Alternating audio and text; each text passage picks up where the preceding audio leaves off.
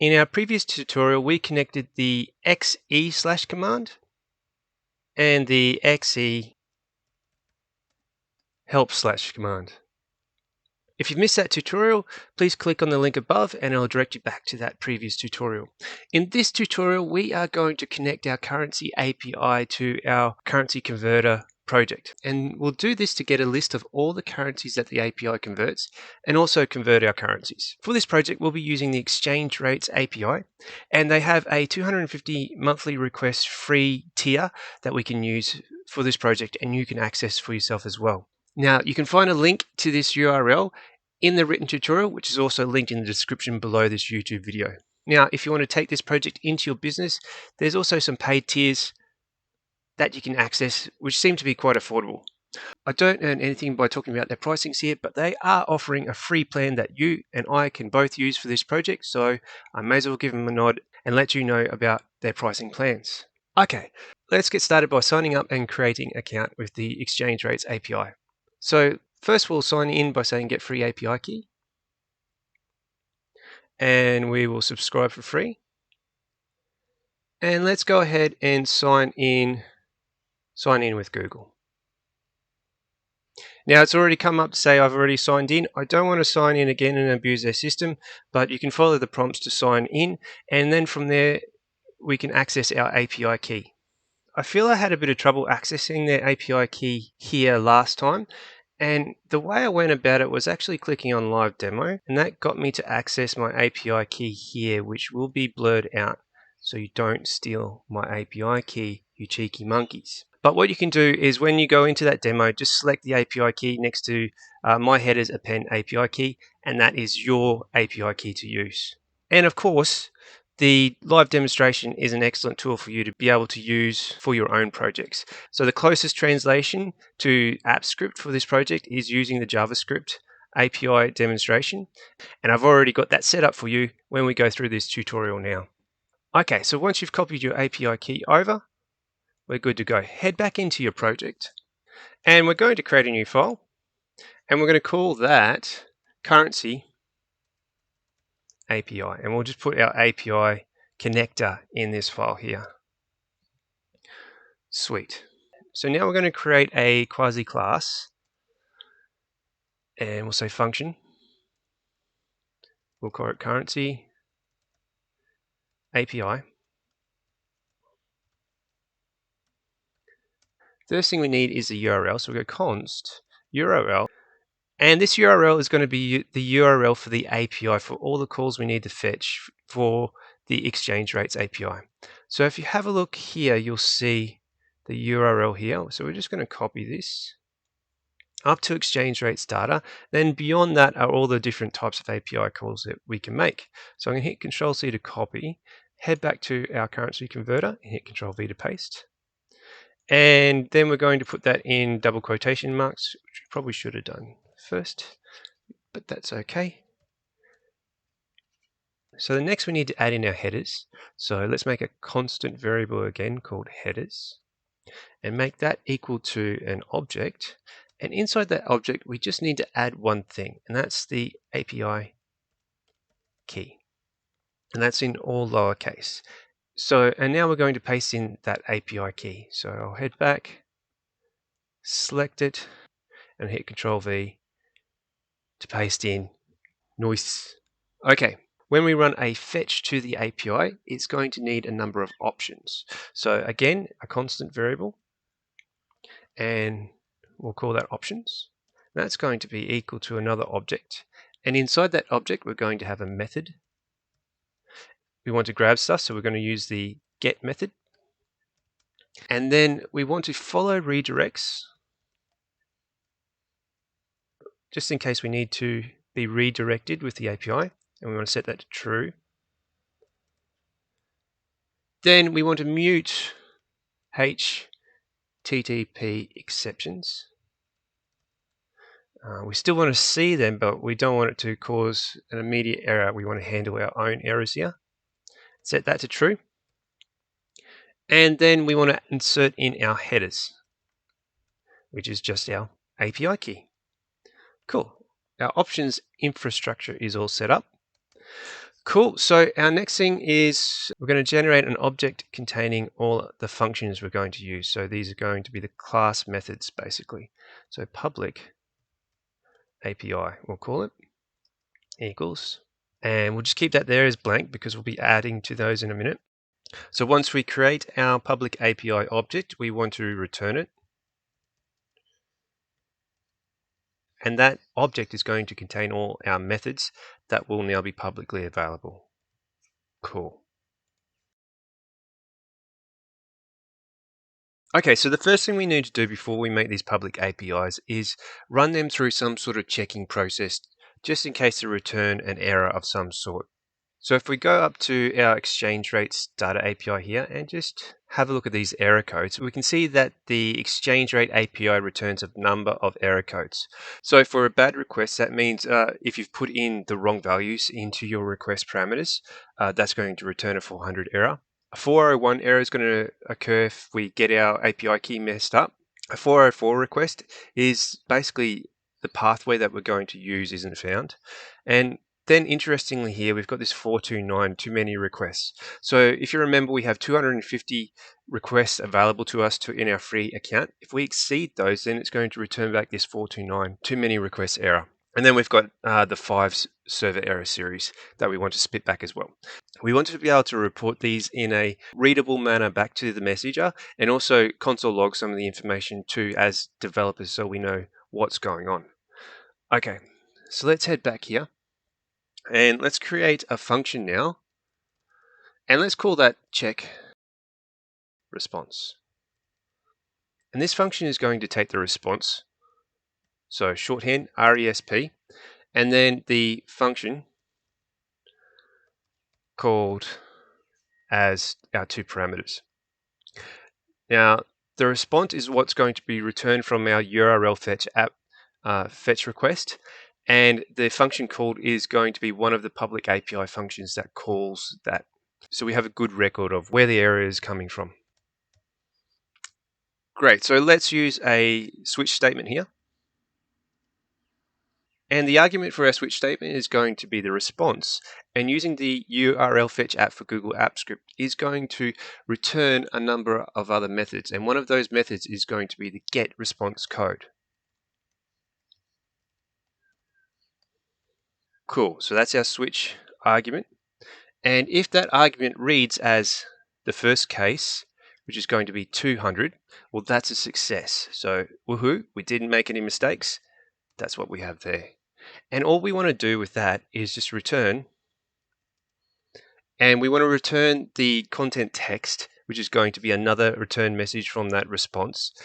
And that's going to be in a stringified JSON. So we need to unstringify that or pass that.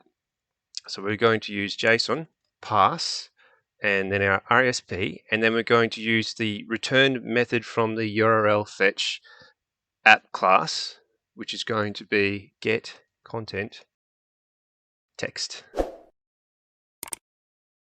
And that will return our values as an object. Okay, so that's our first case. So our next case is going to be the 429. So 429 is going to be that error occurs when we've exceeded our monthly quota. And the first thing we want to do is just console an error. So us as developers looking at our error logs regularly, we'll see this error pop up and we'll go, oh, okay, time to update the script. So let's put in our error warning. We'll use our template literal backticks again because we love backticks, and we'll type in error out of juice. Cool. All right. And then on the next line, we're going to say response code, so our RESP code, and we're going to record that. We could use the RESP get response code, but we know it's going to be 429. It's 429. In that case, it won't change. And then our message, well, our message is going to be the return text. So we're going to use I'm going to put out an argument in here, and that's going to be RESP get content text. And remember, they'll stay as a string, so that's okay. We're creating a string. And then our call, and that's going to be the function that it was called from. So that's our second parameter here. So that is function called. We've got our console log. We need to return something also for our users in the Google chat. So let's return and backticks again. Error. Let's say, oh no. We'll use an exclamation mark because this is quite serious. We've maxed out our requests to the exchange rate API. Cool. Maybe it's time for an upgrade. Question mark. And then we'll say upgrade now. And do a little arrow. And we'll put in the URL to upgrade to make it easy for them, which I think I've already got loaded here. Yep, here it is here. And you can find this in the tutorial, the written tutorial in the description below. All right, so let's copy that, bring those over and Control-Shift-V it in. Make sure everything's tidy. Cool. Okay, so for all other errors, we just want to report them. So we can use the default here.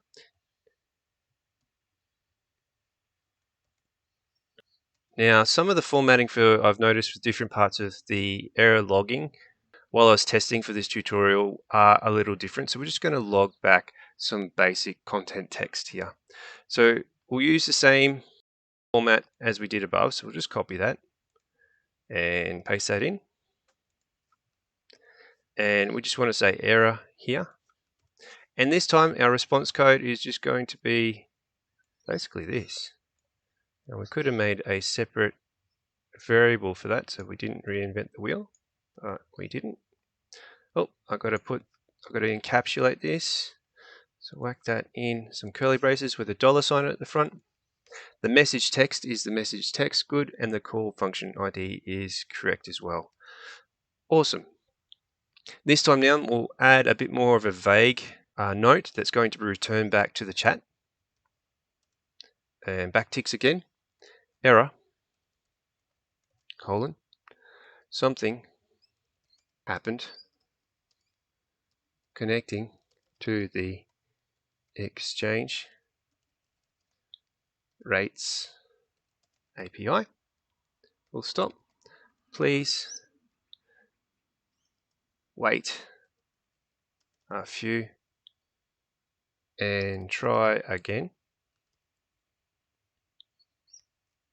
Then we'll say if the error persists, please see your doctor, or please contact your friendly dev. Awesome.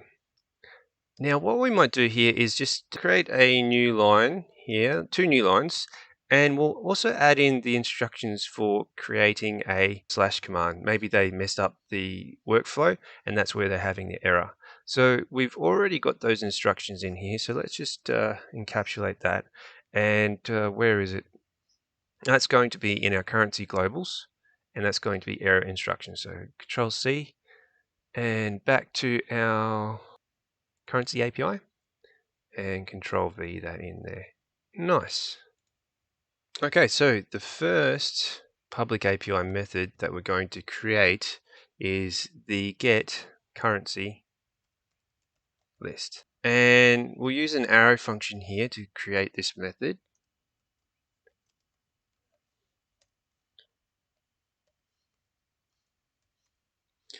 So we're going to create a constant variable called response, or RESP, and that's going to be equal to the URL fetch app Google App Script class, and we're going to use the fetch method here, and that can take 2 variables in our case.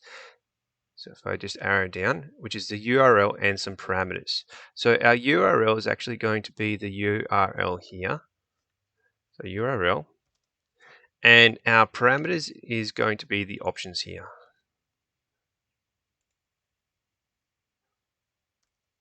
Now, the URL is only the first part of the path. We also need to include the path to the currency list, which if we go up here, that's going to be symbols here. So let's add in symbols.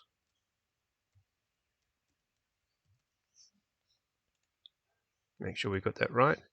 Symbols, nice. We don't need a / here because we've already got it in our main URL. Cool. Okay, so next we need another constant variable and we're going to call that result. That's going to return the result from this check response. This check response takes the RESP and also the function called, which is this one here. So I'll just copy that, paste that in there. Now, we want to return this back to the message or the chat, and we're going to return based on two conditions. So we're going to use a ternary operator here. So we're going to look at our result and say if our result has own property, and what do we want in here? So what's our property key we can use as an identifier that we've got a success condition? So let's just scroll down. It has own property symbols.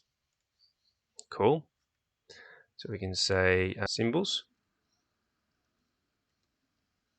Then we want to return the result symbols. So this is what the API should return here. So a success property and a symbols property. Well, we don't want the success one. We just want everything inside this symbols. So we just want to make things easy for ourselves. And if we get an error, we want to return the result. Cool. Now there's a couple other ways you could handle this. You could look at the response code. You could use the type of to compare it if there's a string or an object. There's a whole host of ways of doing that. This is just what I've chosen. Let's save that. Now, before we move on to the next public API method, let's create a test. So we're going to go up and add a new file, and we're going to call that our test file. And in our test file, we are going to call it the getCurrencyList function _ test.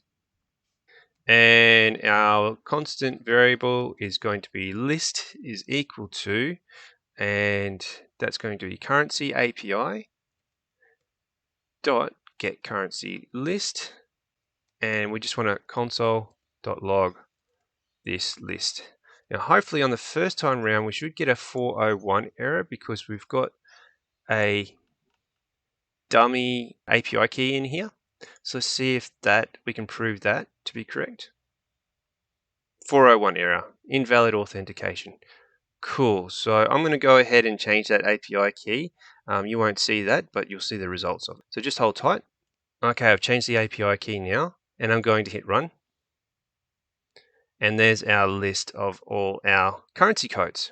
Now you can find this list of currency codes also on Wikipedia or a number of open source sites. So what I think I'll do here is save this data directly into the script. So we're not wasting our requests by asking for a list of all the codes. So what I'm going to do is I'm going to grab this list here and just select them all and just Control-C to copy. And in our currency globals, I'm going to go over here and just underneath this one, we're going to create another constant. I'm going to call that currency codes. It's going to be equal to that list we just copied. Just make sure there's no errors in there. That looks pretty good. Let's put that on a new line with all the friends. Cool beans. Okay, let's save that. So now, in future, when we make a request, we're going to cross-check the currency code here first before we go out and waste time with the API. Awesome. Let's head back to the currency API. Okay, so let's make our next public API, and we're going to call this one convertCurrency. currency. And this is going to be an arrow function again. And this time around, we're going to add in a couple of parameters. The first one is going to be the source code, the destination code. Then we want the amount. And then we want the date. Now the date is going to be optional, so we're going to put that in as null. And then if a date does come in through an argument, it will change that date to whatever we allocate it to be. So let's add in our arrow function in here and put some curly braces down. Nice. So where am I getting this from? How do I know that we need these arguments to call our API? Let's head back to our exchange rates data API and let's look at our endpoints again. And we can see the first endpoint is the convert endpoint, and that requires an amount, from, to, and a date. So the language is slightly different, but we'll sort that out in a moment. Okay, so we can see down here that we've got a URL, and this is a JavaScript example. Let's just select that so you can see what it looks like, and it'll probably help us out for writing our own fetch as well. So let's go over and write our fetch, and let's just paste that in. And let's get rid of a few extraneous things here. So what we need to add in here, we've got our convert, we've got to, from, and the amount. We also got a date, but we'll handle that in a moment. But this is a good example starting point.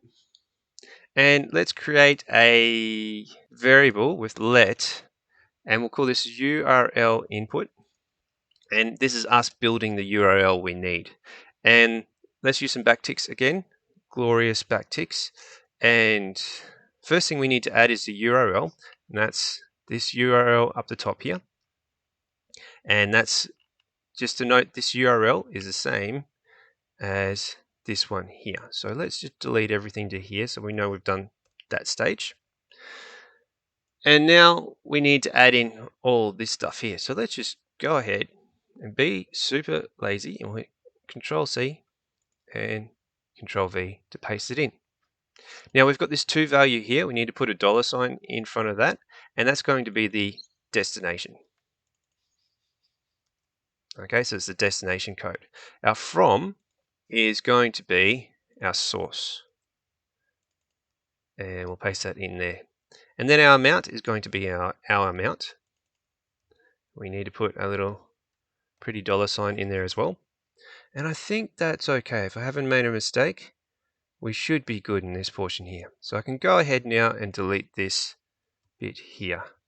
What's this strange little $sign? We'll get rid of that as well. That was weird.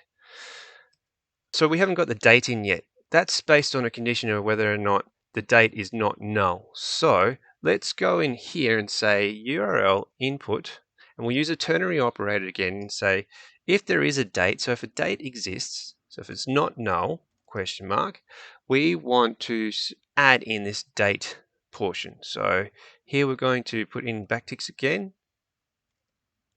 and we'll add in the URL input. We're also going to include we'll say and date is equal to, and $, curly braces, and that's going to be date.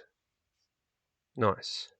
If the date is null, however, we just want to return the URL or use the URL input here.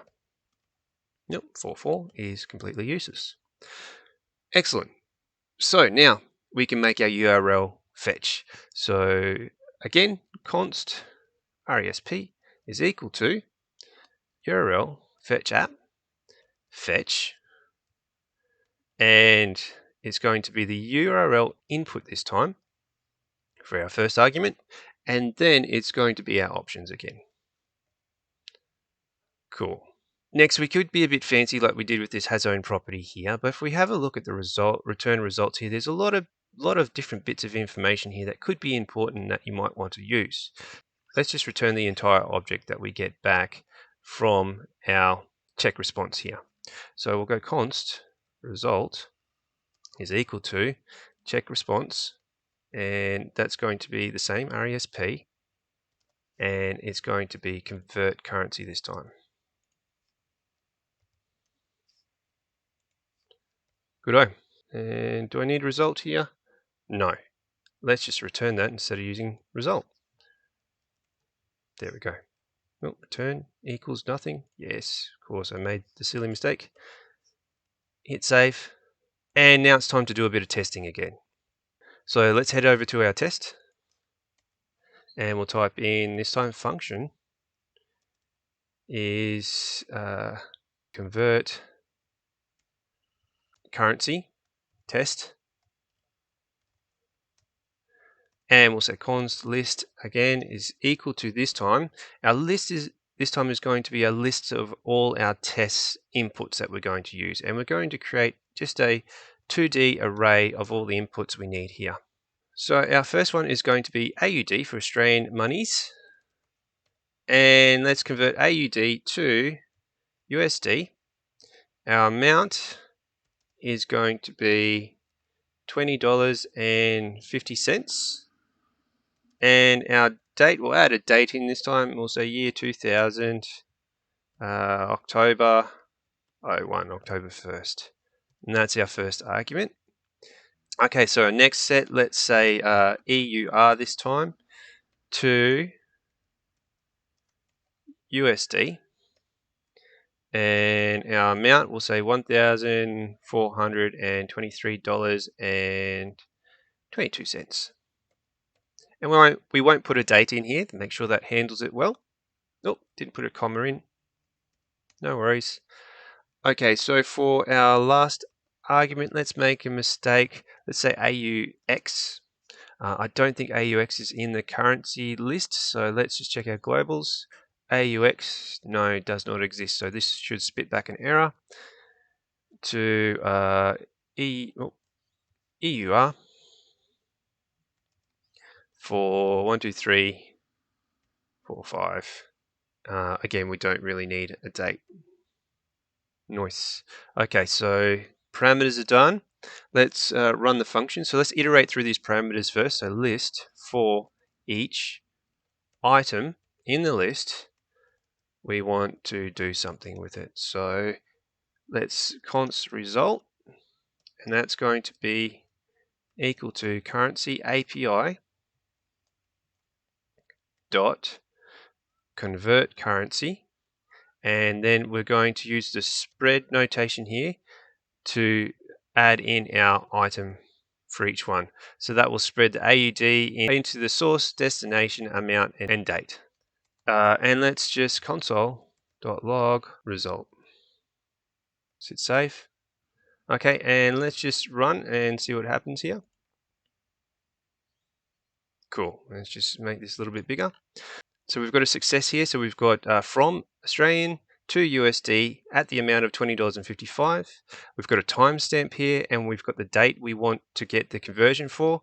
And the result was $20.50 Australian. It's just $11.12 US at that time. So that's for these sets of parameters here. And then for our second set of parameters, we had a query from EUR to USD for the amount of 1423, and from 1423 euros is equal to $1,410.29 in US dollars. And our second time, we know we made an actual mistake here. So that's given us a 400 error here. And if we go to our error codes, 400 is a bad request. So it means we put something in wrong. That's exactly what we did intentionally.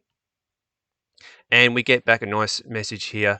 We've got a response code. We've got our message with error, invalid from currency. You've entered an invalid from property. Cool. It gives us a sweet little example there. And then we've got an error message that's being returned back in our console log that we can use to go back into the chat app. And if something happened while connecting, please wait if there's an error. And then we've got our little guide on how to make a proper conversion. Excellent. That set us up really nicely now to move on to the next stage. So in the next tutorial, we're going to do some data validation of our /commands inputs, make sure that the codes are correct before we send them to the API, so we're not wasting API calls. And then we're also making sure that the order is correct and everything's been entered properly. And if it hasn't, we will report back what the error might be to the user. So if you enjoyed this tutorial, please click that like button. And if you want to get a notification of when the next tutorial comes out in this series, hit that notification bell and subscribe. Until next time.